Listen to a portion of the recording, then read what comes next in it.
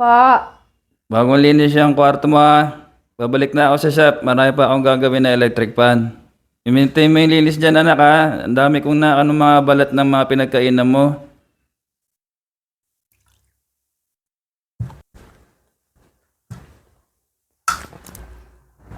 Gulo na naman ng kwarto. Jun! Ganda ng kwarto, malinis oh. Wala na akong gagawin.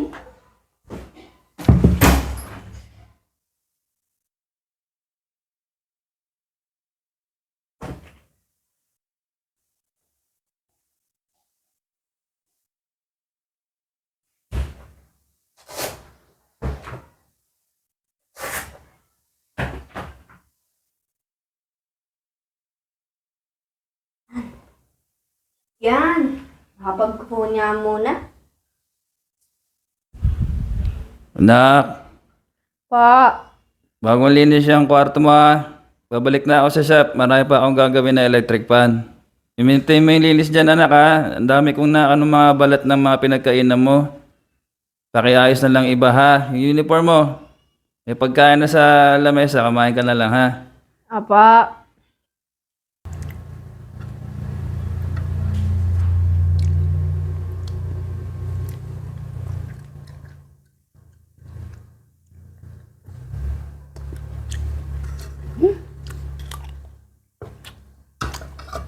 Dito nga muna ako sa tropa ko. Wala pa naman si Papa eh.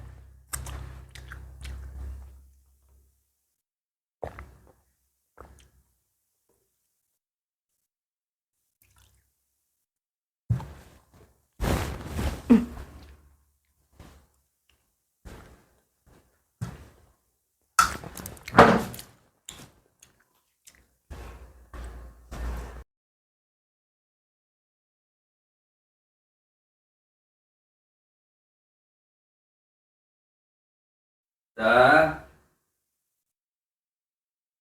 Important to. Gulo na naman ng kwarto. Iniwan na naman yung pinagkainan. Ay, yung bata to.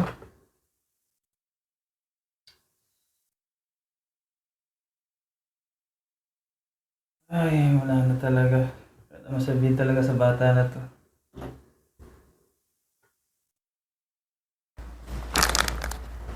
Mag-drip muna, bago tulog. Wala, matutulog na ako ha. Ano kong ginawa sa shop kanina? Inayos ko ulit yung kwarto mo. Baka naman pag-isip ko magulo na naman. Pa. Ay, tsaka Papa, yung palda ko, ikaw na mamalansya pag-ising mo bukas ha. Ayan, ako na naman. Sige, basta iwanan mo lang dyan. Para umaga ako mag-isip, maplantyahin ko na.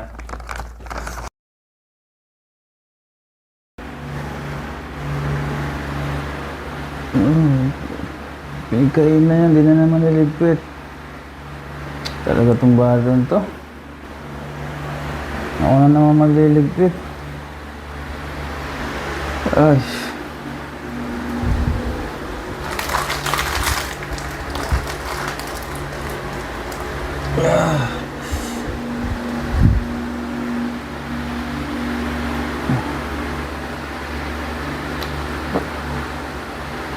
Landiyan ko pa yung palda niya.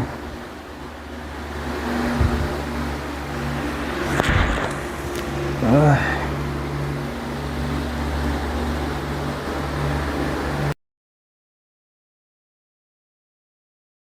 Nak,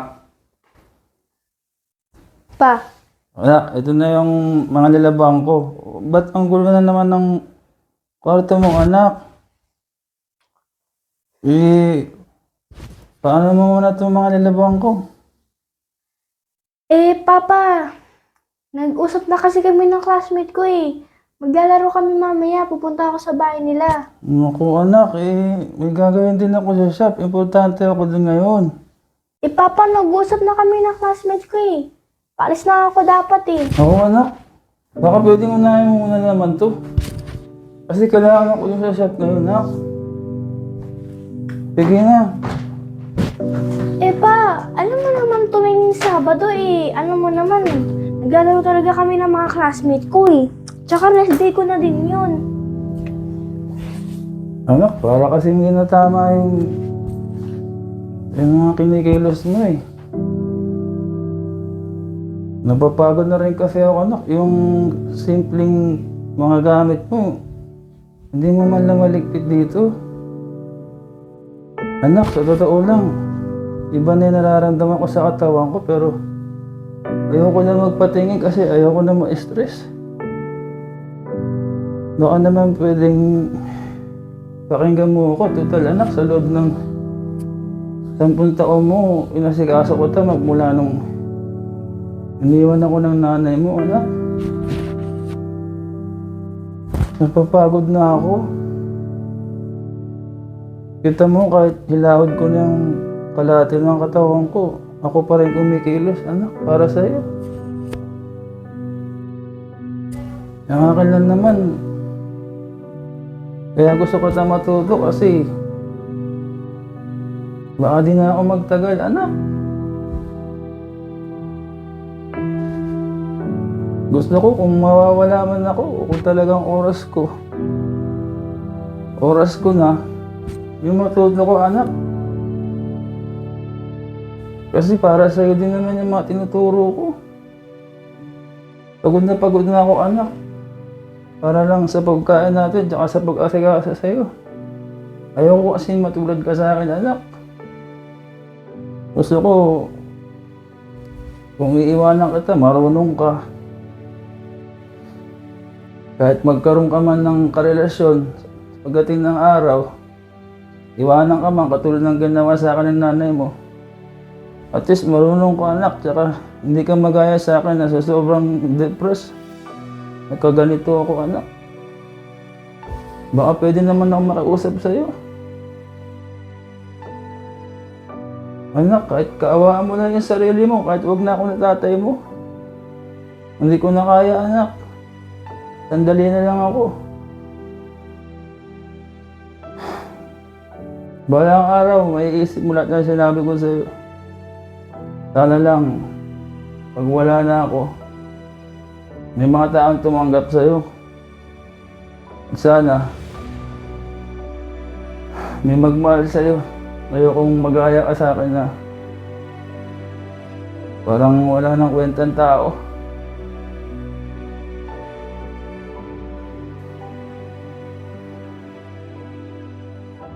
Mahal na mahal kita, anak. Pero kung di mo ako mahal bilang tatay mo,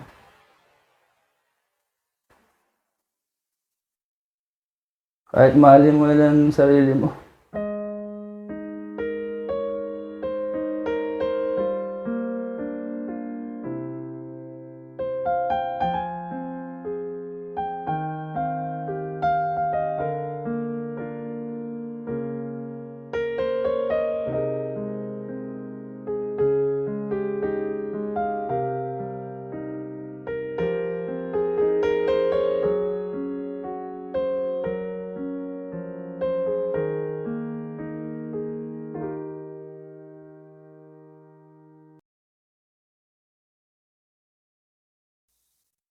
Oh, andito na ako sa bahay. Hoy, galing nyo ha. Mas mataas pa benta nyo ngayon kumpara sa dalawang store. Oo, yung mga bonus nyo, nandyan na kay ate. Kunin nyo na lang. Basta yun naman lagi ko sinasabi sa inyo eh. Okay lang walang masyadong benta. Matumal minsan. Basta ang importante, malinis ang store. Loob at labas. O siya, paano? Sige na. At meron pa akong kakausaping kabila sa client ko. Oo, sige. O, ingat kayo ha. Basta, pag may kailangan lang, magsabi kayo. Okay? Sige, sige. Bye-bye.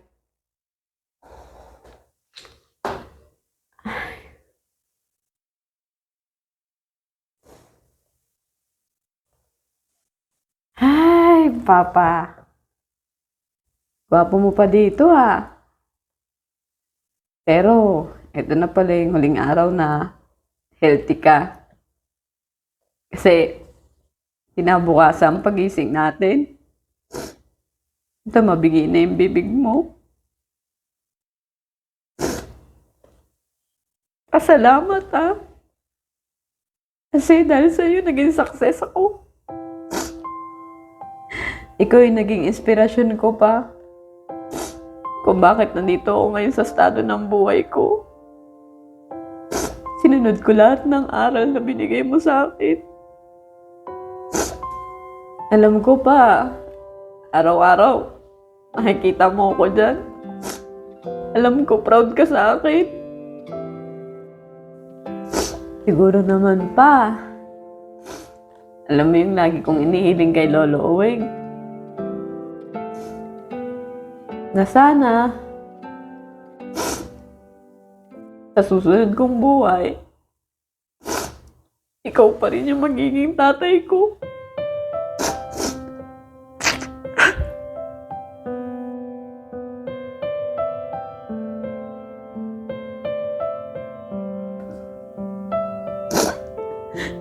Para makabawi ako sa lahat ng sakripisyo mo sa akin.